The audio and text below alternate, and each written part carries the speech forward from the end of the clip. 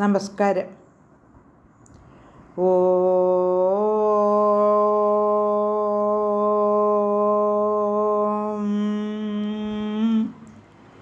ഓ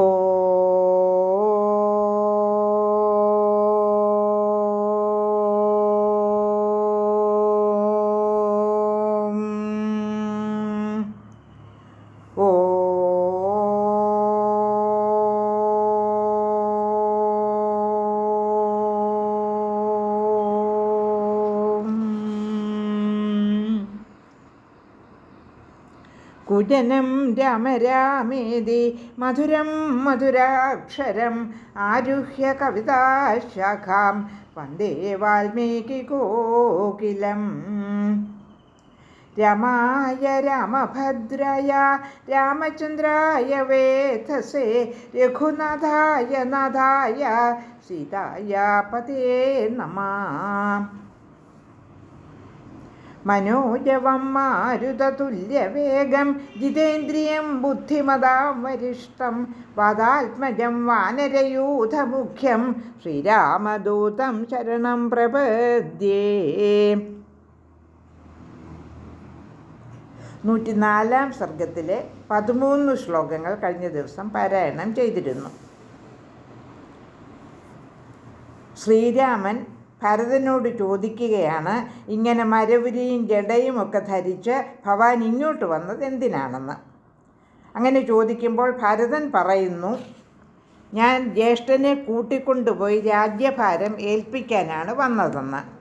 ഈ ജനങ്ങളെല്ലാം മന്ത്രിമാരും അമ്മമാരും ഒരുമിച്ച് വന്നിരിക്കുന്നത് അങ്ങയെ കൂട്ടിക്കൊണ്ടുപോയി രാജ്യഭാരം ഏൽപ്പിക്കാനാണ്.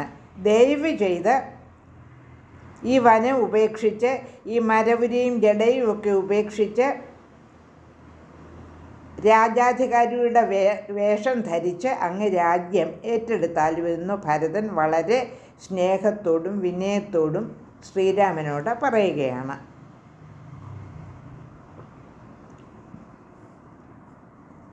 ഇനി 14 തുടങ്ങി 27 വരെയുള്ള ശ്ലോകങ്ങൾ പാരായണം ചെയ്യാം.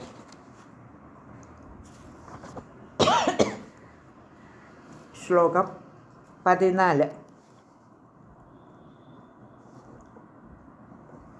ഏവമുക്ത്വാ മഹാബാഹോ സബാഷ്പകൈകയീസുതഃ രാമസ്യ ശിരസാ പാദൗ ജഗ്രാഹ ഭരതഃ പുനഃ. തം മത്തമിവ മാതാംഗം നിശ്വസന്തം പുനഃ പുനഃ ഭ്രാതരം ഭരതം രാമ പരിഷ്വജ്വേദ്യമബ്രവീത്. കുലീനഃ സത്വസമ്പന്നസ്തേജസ്വീ ചരിതവ്രതഃ രാജ്യഹേതോ കഥം പാപം ആചരേന്മന്മിഥോ ജനഃ. ന ദോഷം ത്വയി പശ്യാമി സൂക്ഷ്മമപ്പര്യസൂദന ന ചാപി ജനനിം ബാല്യാത് ത്വം വിഗർഹിതുമർഹസി.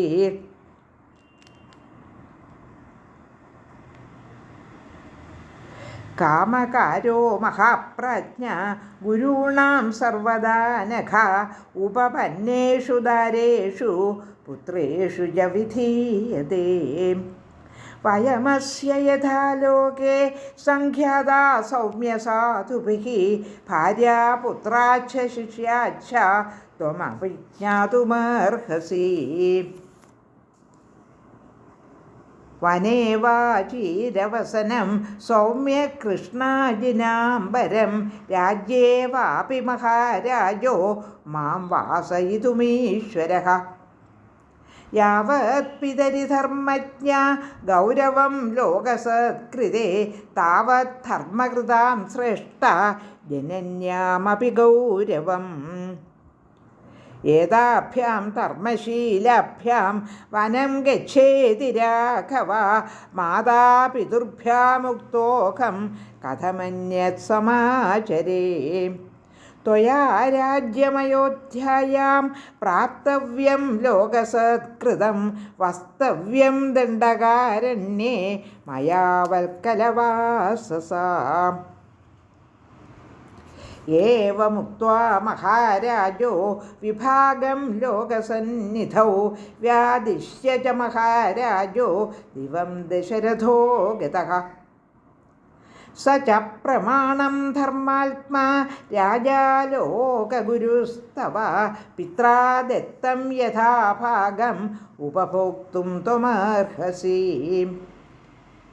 ചതുർദശ സമാസൗമ്യ ദണ്ഡകാരണ്യമാശ്രിതഃ ഉപഭോക്ഷ്യേ ത്വഹം ദത്തം മാർഗം പിത്രാ മഹാത്മനാം. യദബ്രവീത് മാം നരലോകസത്കൃതഃ പിതാ മഹാത്മാ വിബുധാധിഭോപമഃ തദേവ മന്യേ പരമാത്മനോ ഹിതം ന സർവലോകേശ്വരഭാവമവ്യയം. 104-ാം സർഗത്തിലെ 27 വരെയുള്ള ശ്ലോകങ്ങൾ പാരായണം ചെയ്തു. ഇനി ഓരോ ശ്ലോകത്തിൻ്റെയും അർത്ഥമൊന്ന് നോക്കാം. സന്ദർഭം നേരത്തെ പറഞ്ഞു കഴിഞ്ഞല്ലോ. ശ്ലോകം 14. ഏവമുക്ത്വാ മഹാബാഹു സബാഷ്പകൈകേയീസുതഃ രാമസ്യ ശിരസാ പാദൗ ജഗ്രാഹ ഭരതഃ പുനഃ. മഹാബാഹുവായ കൈകേയപുത്രൻ ഇപ്രകാരം പറഞ്ഞിട്ട് രാമപാദങ്ങളിൽ ശിരസ്സുകൊണ്ട് നമിച്ചിട്ട് പാദങ്ങൾ ഗ്രഹിച്ചു. ശ്ലോകം 15. തം മത്തമിവ മാതംഗം നിശ്വസന്തം പുനഃ പുനഃ ഭ്രാതരം ഭരതം രാമ പരിഷ്യജ്യേതമബ്രവീത്. മത്തമാതങ്കത്തെ പോലെ വീണ്ടും വീണ്ടും ദീർഘനിശ്വാസം ചെയ്തുകൊണ്ടിരിക്കുന്ന ഭരതനെ എഴുന്നേൽപ്പിച്ച് ആലിംഗനം ചെയ്തിട്ട് രാമൻ പറഞ്ഞു. ശ്ലോകം 16. കുലീന സത്വസമ്പന്ന തേജസ്വീ ചരിത്രവ്രതഃ രാജ്യഹേതോ കഥം പാപം ആചരേന്മതിഥോ ജനഃ. കുലീനനും സത്വസമ്പന്നനും തേജസ്വിയും വ്രതനിഷ്ഠനുമാവാൻ ആഗ്രഹിക്കുന്ന ഒരാൾ എങ്ങനെയാണ് രാജ്യത്തിനു വേണ്ടി പാപം ചെയ്യാൻ മുതിരുക? ശ്ലോകം 17. ന ദോഷം ത്വയി പശ്യാമി സൂക്ഷ്മമപ്പര്യസൂദന ന ചാപി ജനനിം ബാല്യാത് ത്വം വിഗർഹിതുമർഹസി. അല്ലയോ ശത്രുഞ്ജയ, ഞാൻ ഭവാനിൽ ചെറിയൊരു ദോഷം പോലും കാണുന്നില്ല. ഭവാൻ ജനനിയെ അജ്ഞാനം മൂലം നിന്ദിക്കുവാനും പാടില്ല. ശ്ലോകം 18. കാമകാരോ മഹാപ്രജ്ഞ ഗുരുണാം സർവദാ നഖ ഉപപന്നേഷു ദാരേഷു പുത്രേഷു ച വിധീയതേ. അനഘ, ഗുരുജനങ്ങൾക്ക് തങ്ങളുടെ പത്നിമാരിലും പുത്രന്മാരിലും ഏതു തരത്തിലുള്ള കർമ്മവും ഏൽപ്പിക്കാവുന്നതാണെന്ന് ശാസ്ത്രവിധിയുണ്ട്. ശ്ലോകം 19. വയമസ്യ യഥാ ലോകേ സംഖ്യാതാ സൗമ്യസാധുഭിഃ ഭാര്യാപുത്രാച്ഛ ശിഷ്യാച്ഛ ത്വമപി ജ്ഞാതുമർഹസി. സാധുജനങ്ങൾ നമ്മളെ ലോകത്തിൽ മറ്റുള്ളവരെ പോലെ ഭാര്യമാർ, പുത്രന്മാർ, ഭൃത്യന്മാർ എന്നീ ബന്ധങ്ങളിൽ തുല്യമായി തന്നെ കാണുന്നുവെന്ന് നിനക്കും അറിയാമല്ലോ. ശ്ലോകം 20. വനേവാചീരവസനം സൗമ്യകൃഷ്ണാജിനാംബരം രാജ്യേ വാപി മഹാരാജോ മാം വാസയിതുമീശ്വരഃ. വനത്തിൽ മരവുരിയുടുത്ത് കൃഷ്ണാജിനാംബരനായി കഴിയാനോ രാജ്യത്തിൽ വസിക്കാനോ നിയോഗിക്കുന്നതിന് രാജാവ് പരമാധികാരി തന്നെ. ശ്ലോകം 21. യാവത് പിതരിധർമ്മജ്ഞ ഗൗരവം ലോകസത്കൃതേ താവത് ധർമ്മകൃതാം ശ്രേഷ്ഠ ജനന്യാമപി ഗൗരവം. ലോകസത്കൃതനായ പിതാവിനോടെന്ന പോലെ തന്നെ ധർമ്മജ്ഞ മാതാവിനോടും നാം ധർമാനുഷ്ഠാനത്തിൽ ഗൗരവം പാലിക്കണം. ശ്ലോകം 22. ഏതാഭ്യാം ധർമ്മശീലാഭ്യാം വനം ഗച്ഛേതി രാഘവ മാതാപിതൃഭ്യാമുക്തോഹം കഥമന്യത് സമാചരേ. ധർമ്മശീലരായ ആ മാതാപിതാക്കൾ വനത്തിലേക്ക് പോവുക എന്നെന്നോട് പറഞ്ഞാൽ മറ്റൊരു തരത്തിൽ ഞാൻ എങ്ങനെയാണ് പ്രവർത്തിക്കുന്നത്? ശ്ലോകം 23. ത്വയാ രാജ്യമയോധ്യായാം പ്രാപ്തവ്യം ലോകസത്കൃതം വസ്തവ്യം ദണ്ഡകാരണ്യേ മയാ വൽക്കലവാസസാം. ലോകസത്കൃതരായ അയോധ്യ വാഴാൻ ഭവാനും മരവുരിയുമെടുത്ത് ദണ്ഡകാരണ്യത്തിൽ വസിക്കാൻ ഞാനും ചുമതലപ്പെട്ടവരാണ്. ശ്ലോകം 24. ഏവമുക്ത്വാ മഹാരാജോ വിഭാഗം ലോകസന്നിധൗ വ്യാദിശ്യ ച മഹാരാജോ ദിവം ദശരഥോ ഗതഃ.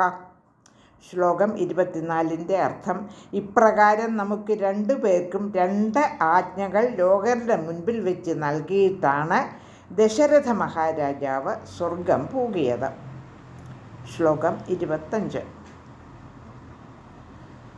സജ പ്രമാണം ധർമാത്മാ രാജാ ലോകഗുരുസ്തവ പിത്രാ ദത്തം യഥാഭാഗം ഉപഭോക്തും ത്വമർഹസി. ഒന്നുകൂടി വായിക്കാം. സജ പ്രമാണം ധർമാത്മാ രാജാ ലോകഗുരുസ്തവ പിത്രാ ദത്തം യഥാഭാഗം ഉപഭോക്തും ത്വമർഹസി. ആ ധർമാത്മാവും ലോകഗുരുവുമായ മഹാരാജാവാണ് ഇക്കാര്യത്തിൽ ഭവാന് പ്രമാണം. പിതാവ് തന്ന ആ കർത്തവ്യഭാഗം ഉപഭോഗിക്കൽ ഭവാന്റെ ചുമതലയുമാണ്. ശ്ലോകം 26. ചതുർദശ സമാസൗമ്യ ദണ്ഡകാരണ്യമാശ്രിതഃ ഉപഭോക്ഷ്യേത്വഹം ദത്തം മാർഗം പിത്രാ മഹാത്മനാം. മഹാത്മാവായ പിതാവ് എനിക്ക് നൽകിയത് ദണ്ഡകാരണ്യം ആശ്രയിച്ച് 14 വർഷം കഴിയുക എന്ന മാർഗമാണ്. അത് ഞാനും ഉപഭോഗിക്കണം. ശ്ലോകം 27, 104 സർഗത്തിലെ അവസാനത്തെ ശ്ലോകം. യദബ്രവീന്മാം നരലോകസത്കൃതഃ പിതാ മഹാത്മാ വിബുധാധിപോപമഃ തദേവ മന്യേ പരമാത്മനോ ഹിതം ന സർവലോകേശ്വരഭാവമവ്യയം.